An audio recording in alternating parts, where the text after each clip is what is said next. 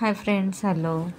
तर माझ्या चॅनलवर तुमचे खूप खूप मनापासून पुन्हा एकदा मी आज स्वागत करत आहे आणि तुमच्यासाठी खूप छान एक रेसिपी माझ्या स्टाईलने मी घेऊन आलेली आहे.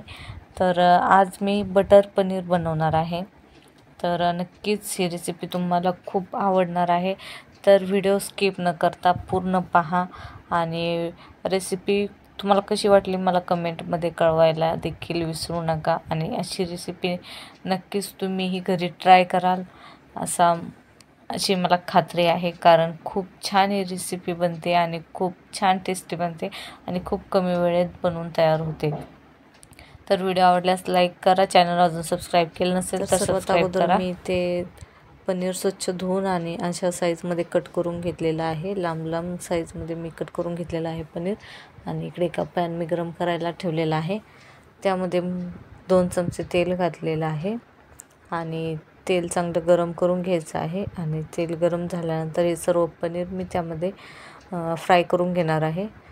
तर पनीर सर्व बाजूने चांगलं फ्राय करून घ्यायचं आहे आपल्याला, कच्चं न ठेवता चारही बाजूने व्यवस्थित आलटून पलटून सर्व बाजू त्याच्या व्यवस्थित क्रिस्पी असं छान फ्राय करायचं आहे पनीर.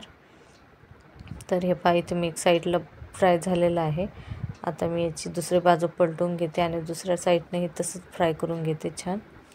तर चांगला ब्राऊनसर आणि लाल असा कलर येईपर्यंत आपल्याला पनीरला फ्राय करायचं आहे तेलामध्ये.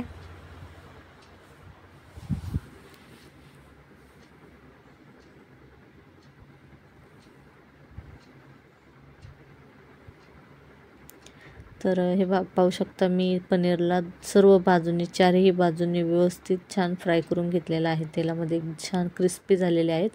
आणि त्यानंतर पनीरला आपल्याला एका बाउलमध्ये पाणी घेऊन त्यामध्ये ॲड करायचं आहे. असं केल्याने आपलं जे पनीर आहे ते असं रबरासारखं न बनता सॉफ्ट बनतं, खूप छान सॉफ्ट होतं. त्यामुळे आपल्याला असं पाण्यामध्ये ॲड करून ठेवायचं आहे ते.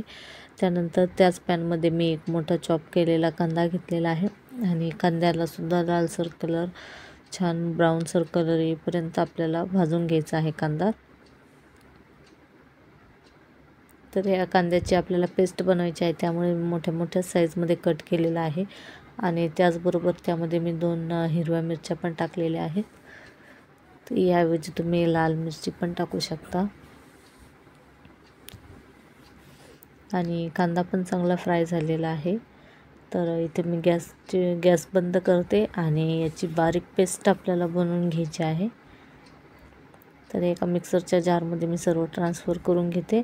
आणि त्याचबरोबर थोडीशी हिरवी कोथिंबीर घ्यायची आहे दांड्यासकट, म्हणजे त्याचे जे काड्या असतात कोथिंबीरच्या त्या पण घ्यायच्या आहेत, त्याने छान टेस्ट येते. आणि या सर्वांची आपल्याला बारीक पेस्ट बनवायची आहे. तोपर्यंत इकडे आपण दहीचं मिश्रण बनवून घेऊया. इथे मी 1 वाटी दही घेतलेलं आहे.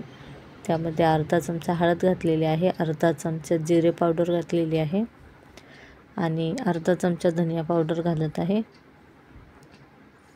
त्याचबरोबर अर्धा चमचा मी लाल मिरची पावडर घातलेली आहे आणि अर्धा चमचा कांदा लसूण मसाला आणि हा आहे पनीर मसाला. आणि चवीनुसार मीठ घालायचं आहे आपल्याला यामध्ये. आणि हे सर्व मिश्रण व्यवस्थित मिक्स करून घ्यायचं आहे. सर्व दह्याबरोबर सर्व मसाले छान मिक्स झालेले पाहिजेत. आणि इथे मी पेस्ट पण बनवून घेतलेली आहे कांदा आणि कोथिंबीरची. तर पुन्हा त्याच कढईमध्ये मी आणखी तेल घालत आहे थोडंसं.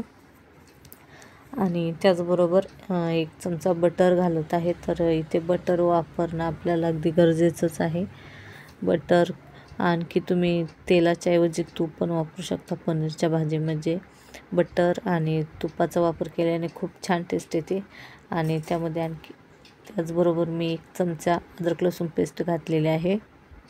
आणि अद्रक लसूण पेस्ट फ्राय झाल्यानंतर त्यामध्ये आपल्याला कांदा, कोथिंबीर आणि मिरचीची पेस्ट घालायची आहे. तर याला पण आपल्याला 2 मिनिटे चांगलं फ्राय करून घ्यायचं आहे तेल सुटेपर्यंत. छान त्यातला सर्व कच्चेपणा निघून जाईपर्यंत आपल्याला चांगलं तेलामध्ये पेस्ट फ्राय करून घ्यायची.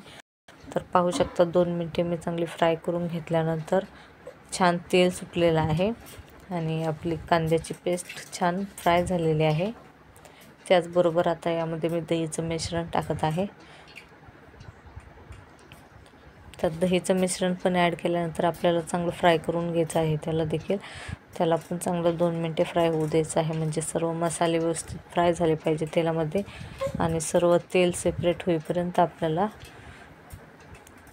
तेलामध्ये त्याला चांगलं मिश्रण सर्व व्यवस्थित फ्राय करून घ्यायचं आहे, जेणेकरून सर्व मसाले आणि सर्व पेस्ट एकजीव होईल। आणि हे मसाल्याला छान तेल सुटलेलं आहे आणि इथे सर्व मसाला आपला आता तयार झालेला आहे, फ्राय झालेला आहे।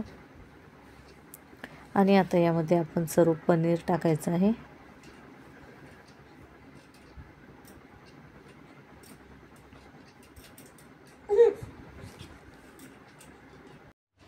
आणि आता पनीर ॲड केल्यानंतरही थोडंसं हलक्या हाताने आपण त्याला मिक्स करून घेऊया। जास्त हलवायचं नाही आहे, नाहीतर पनीर आपलं तुटलं जाईल। त्यामुळे हलक्याशा हाताने मी सर्व व्यवस्थित मिक्स करून घेत आहे आणि मी आता व्यवस्थित करून घेतलेलं आहे। आणि आता यामध्ये आपल्याला आपल्या गरजेनुसार पाहिजे तेवढं पाणी घालायचं आहे। तर पनीरच्या भाजीमध्ये आपण जास्त पाणी घालायचं नाही, कारण पनीरची भाजी थोडी घट्टच असते आणि घट्टच छान लागते खायला। तर यामध्ये मी आता थोडंसं पाणी टाकणार आहे। तर हे पाणी मी जे पनीर भिजवत ठेवलं होतं तेच पाण्याचा वापर करत आहे आणि मी अगदी थोडंसं अर्धा ग्लासपेक्षाही कमी पाणी वापरलेलं आहे आणि मी खूप थिक आणि घट्ट अशी ग्रेव्ही बनवणार आहे। तर जर तुम्हाला आणखी लिक्विड हवं असेल तर तुम्ही जास्तही पाणी टाकू शकता। तर हे पाणी टाकल्यानंतर मी गॅसची फ्लेम 2 मिनिटे हाय करत आहे आणि हाय फ्लेमवर 2 मिनिटे मी उकळी एक आल्यानंतर गॅस बंद करत आहे। आणि हे पाहू शकता तुम्ही, आपली पनीर बटरची भाजी खूप छान इथे तयार आहे आणि पाहू शकता भाजीला खूप छान टेक्स्चर आले।